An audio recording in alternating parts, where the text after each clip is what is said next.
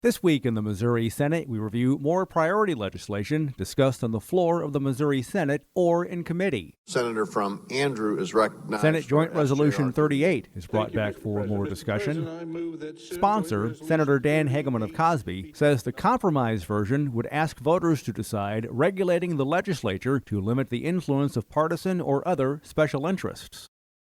It restores the provision that dealt with the drawing of the legislative districts into partisan fairness and competitiveness. During discussion, Senator Lauren Arthur of Kansas City stressed there is still opposition to the idea.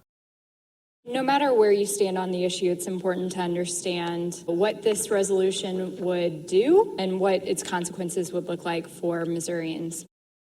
Senate Joint Resolution 38 awaits the necessary votes to go to the Missouri House of Representatives for further consideration. Missouri senators could send Senate Joint Resolution 38 to the Missouri House of Representatives next week. Okay, we'll call this committee meeting. Wednesday morning, the Missouri Senate Seniors, Families, and Children Committee heard Senate Bill 684. Sponsor, Senator David Sater of Cassville, says his proposal would establish the effective date of coverage of Missouri HealthNet services at the date of the participant's application. Our goal is to eventually transition Medicaid recipients to private coverage, and this policy will better prepare beneficiaries for transition to private coverage. During discussion, Senator Jill Shoup of Creve Coeur expressed her concerns. The hospitals or the doctors or the treatment places are the ones that are stuck with the bill because a family that's making less than $5,000 a year can't afford to pay for that. Committee action has not yet been taken on Senate Bill 684. I'm proud to have carried Senate Bill 551. This morning, I filed Senate Bill 951. Senator Paul Wieland of Imperial sponsors Senate Bill 551, legislation that seeks to prohibit discrimination in insurance against any person based solely on the person's status as an organ donor.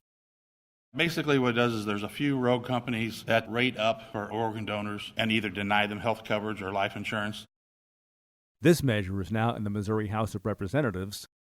Senator Shoup sponsors Senate Bill 951, a proposal that would establish the Justice for Survivors Act relating to forensic examinations of victims of sexual offenses. Imagine being traumatized once and then again, and you've been through so much. This measure awaits a committee hearing. The Senate shall stand adjourned until 1600 Monday. And remember, February you can 10, follow these and 2020, other issues facing the Missouri Senate by visiting our website, senate.mo.gov.